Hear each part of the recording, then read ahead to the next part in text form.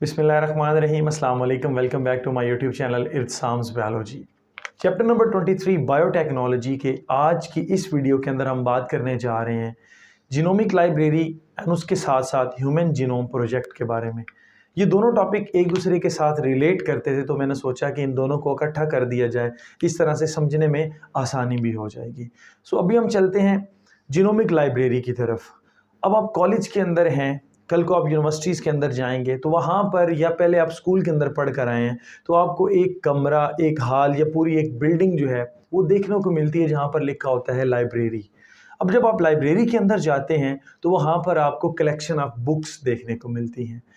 कोई भी एक बुक वहाँ पर सिंगल, रेयरली सिंगल हो, लेकिन वो सिंगल मौजूद नहीं होती, उसकी फिर मल्टीपल कॉपीज़ मौजूद होती हैं। फॉर एग्ज़ाम्पल, ये एक मार्कर है, ग्रीन कलर के अंदर है।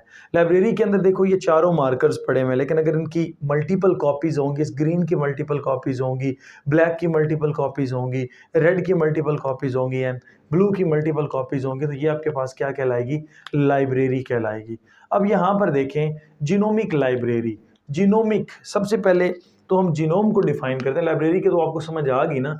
जो जीनोम है, आप कहते हैं कि ये ऑल द जीन्स, एक इंडिविजुअल के अंदर जो है वो जितने भी जीन्स हैं, all the genes present in an individual is called genome of that individual. उस इंडिविजुअल का वो क्या है? जीनोम कहलाता है। तो इसके बारे में मैंने पहले भी आप लोगों को बताया हुआ है। उसके जितने भी जीन्स हैं उनकी क्या कलेक्शन, उनका अकट, ये चीज़ क्या कहलाती है? जीनोमिक लाइब्रेरी कहलाती है। फॉर एग्जांपल, हम एक बैक्टीरिया ले लेते हैं या ह्यूमन में से कोई भी लिविंग ऑर्गेनिज्म ले लेते हैं। फॉर एग्जांपल, उसके पास जीन्स हैं जी, 1 से लेकर 1000 जीन्स हैं उसके पास।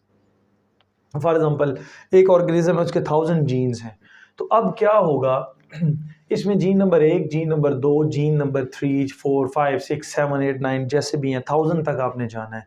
अब हर जीन की अगर मल्टीपल कॉपीज़ होंगी और एक ही जगह पर अवेलेबल होंगी, ये चीज़ आपके पास क्या कहलाएगी? जीनोमिक लाइब्रेरी कहलाएगी। एंड आई होप कि अब आपको जीनोमिक लाइब्रेरी के बारे में पता चल गया होगा। अब नेक्स्ट ये है कि जीनोमिक लाइब्रेरी के लिए बेसिकली ज़रूरी क्या क्या चीज़ें हैं, कौन सी चीज़ है जो लाइब्रेरी बनाने में हेल्प करती है।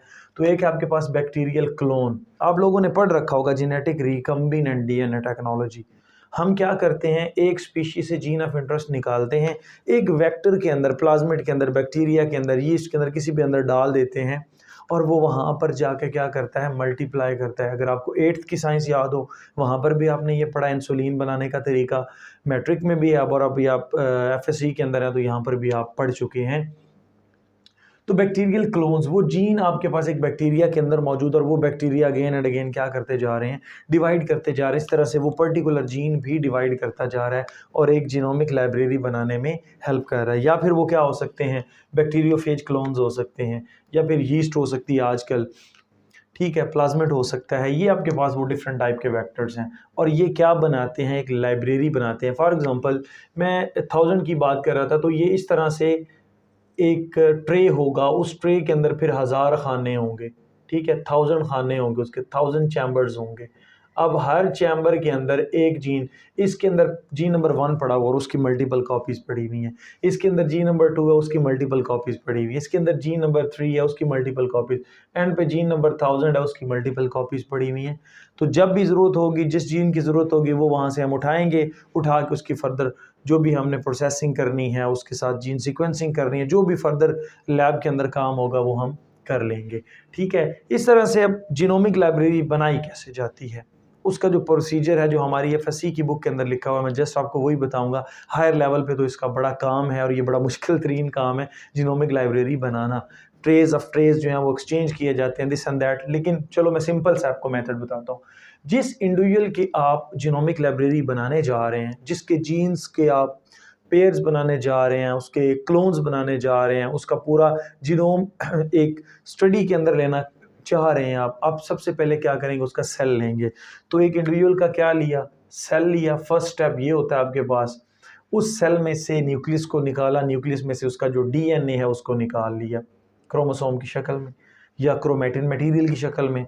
उस DNA को फिर रिस्ट्रिक्शन एंडोन्यूक्लियेजेस, कुछ एंजाइम होते हैं, कैंचियाँ, बायोलॉजिकल सीजर्स, मॉलिक्यूल्स को काटने के लिए, डीएनए के मॉलिक्यूल्स को काटने के लिए, आरएनए मॉलिक्यूल्स को काटने के लिए रेस्ट्रिक्शन एंडोन्यूक्लियोसिस डाल दिए जाते हैं और ये डीएनए के क्या कर देते हैं, छोटे छोटे फ्रैगमेंट्स कर देते हैं। अब कोई फ्रैगमेंट्स बड़ा होगा, कोई छोटा होगा, that depends on the nature of restriction endonuclease. उसके बाद इस डीएनए को फिर किधर डालना है, हमने एक वेक्टर के अंदर डाल देना है। वही बात है कि हमने इसको प्रोलिफरेट कराना है। वो वेक्टर आपके पास बैक्टीरिया भी हो सकता है, प्लाज्मिड भी हो सकता है, फेज भी हो सकता है। अब आप ये भी तो कह सकते हैं कि सर हम इस डायरेक्ट डीएनए को क्यों नहीं स्टोर कर सकते। डीएनए को स्टोर किया जा सकता है, लेकिन एक वेक्टर के अंदर इसको स्टोर करना मोर सूटेबल है कि आप उसकी मल्टीपल कॉपीज बना सकते हैं। ठीक है, अब क्या हो गया कि ये आपके पास, फॉर एग्जांपल हम यहाँ से चूज़ कर लेते हैं जी बैक्टीरिया को, कि हमने वो अपना जीन ऑफ इंटरेस्ट जो है या जो जीन है वो किसके अंदर, एक बैक्टीरिया के अंदर एक जीन हमने इंट्रोड्यूस करवा दिया। अब क्या होगा डियर स्टूडेंट्स, अब हम करने जा रहे हैं उस बैक्टीरिया की प्रोलिफरेशन। हम क्या करेंगे, इस बैक्टीरिया को उठाएंगे और एगर मीडियम के ऊपर डाल देंगे। एगर मीडियम के ऊपर ये ग्रो करेगा। जब ग्रो करेगा तो फिर हम क्या करेंगे, इसमें से डीएनए को एक्सट्रैक्ट कर लेंगे, डीएनए को निकाल लेंगे। डीएनए निकल गया, उसके बाद हम इस डीएनए को नाइट्रोसेलुलोज मेम्ब्रेन के ऊपर लेकर आएंगे। जब ये इधर आ जाएगा, ये जो हमने इसको मल्टीप्लाई करना है या इस मीडियम से जो प्रोसीजर होता है डीएनए एक्सट्रैक्शन उसको बोलते हैं। डीएनए एक्सट्रैक्शन की मदद से हम डीएनए को निकाल लेते हैं, फिर नाइट्रोसेलुलोज मेम्ब्रेन पर लेकर आते हैं। इस मेम्ब्रेन के ऊपर हम प्रोब डालते हैं। अब सर ये प्रोब क्या है? प्रोब आप ऐसे समझ लें कि जैसे आप जो स्टिकी नोट्स नहीं होते आप अपनी बुक के अंदर लगाते हैं, आपको पता चलता है कि ये टाइम पे मैंने ये चीज़ लिखी थी, सर ने ये बोली थी, तो आप उसको साथ चस्पा कर देते हैं, साथ लगा देते हैं, उसके ऊपर जो है वो उसको पैक कर देते हैं।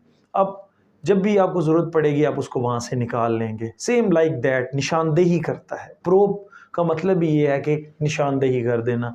ये बेसिकली आपको इसका जो सीक्वेंस होता है वो मालूम होता है, और ये तकरीबन 2 से 10, इससे बड़ी भी हो सकती है। ये डीएनए की एक सिंगल स्ट्रैंडेड सीक्वेंस होता है, इसके अंदर 2 से 10 न्यूक्लियोटाइड्स होते हैं जो कि मैच करते हैं किसके साथ, जीन ऑफ इंटरेस्ट के साथ। ये मैच करेंगे, बिल्कुल सेम कॉम्प्लीमेंट्री होंगे। लाइक लेट्स सपोज मैं एग्जांपल देता हूँ, यहाँ पर ए है, यहाँ पर टी, यहाँ पर जी, यहाँ पर सी, यहाँ पर टी, यहाँ पर ए। तो इसके बिल्कुल बरअक्स डीएनए पर क्या होगा, T A C ji A T, ये किधर मौजूद है, डीएनए के ऊपर मौजूद है। और ये ऑब्वियस सी बात है कि जब ये प्रोब डाली जाएगी तो डीएनए को अनवाइंड किया जाएगा, खोला जाएगा, फिर ये खुद ब खुद उस डीएनए के स्ट्रैंड के साथ जाके अटैच हो जाएगी। अब हमें कैसे पता चलेगा कि ये अटैच हो चुकी है? तो डियर स्टूडेंट्स, ये जो प्रोब होती है, मैंने बोला कि निशानदेही करती है। ये निशानदेही किस तरह से करती है, हम इसके अंदर कौन से टूल इस्तेमाल करते हैं? या तो हम इसके अंदर रेडियो एक्टिव आइसोटोप्स को इस्तेमाल करते हैं और फिर एक्सरे फिल्म की मदद से हम रेडिएशंस को देख लेते हैं कि यहाँ पर ये प्रोब आके लगी है, या फिर हम इसके अंदर फ्लोरेसेंट डाई डाल देते हैं और फिर उसको मुख्तलिफ लाइट्स की मदद से देखा जाए तो वो हमें रंग बिरंगी नज़र आती हैं। ये होती है प्रोब जो निशानदेही कर देती है किसके, जीन ऑफ इंटरेस्ट की। अब आपका particular gene of interest separate हो चुका है, किस में से, पूरे के पूरे जीनोम में से, वो एक अकेला gene. For example gene number 1 आपने करना था तो जीन नंबर 1 के लिए प्रोब नंबर 1 ही इस्तेमाल होनी थी, जीन नंबर 2 के लिए प्रोब नंबर 2, जीन नंबर 3 के लिए, तो जैसा जीन वैसी प्रोब लगाई गई या लगाई जाती है। तो इसको हमने क्या कर दिया, इस खाने के अंदर डाल दिया। लेकिन ऐसे नहीं डालना, हम फर्दर इसकी क्या करेंगे, क्लोनिंग करेंगे, पीसीआर पॉलीमरेज चेन रिएक्शन करवाएंगे। आजकल ये है, पहले टाइम पे क्या होता था कि उसी बैक्टीरिया को अगेन एंड अगेन ग्रो करवा दिया जाता था। फिर हम क्या करेंगे डियर स्टूडेंट्स, इसकी सीक्वेंसिंग करेंगे और सीक्वेंसिंग करके इसका पूरे का पूरा सीक्वेंस मालूम कर लेंगे। अब हमारे पास एक जीन का सीक्वेंस मालूम हो गया है, एक जीन की पर्टिकुलर क्या चीज़ है, एक इंडिविजुअल का एक पर्टिकुलर जीन जो है वो मौजूद है हमारे पास, उसको हमने अलॉट कर दिया, ये चैम्बर नंबर 1।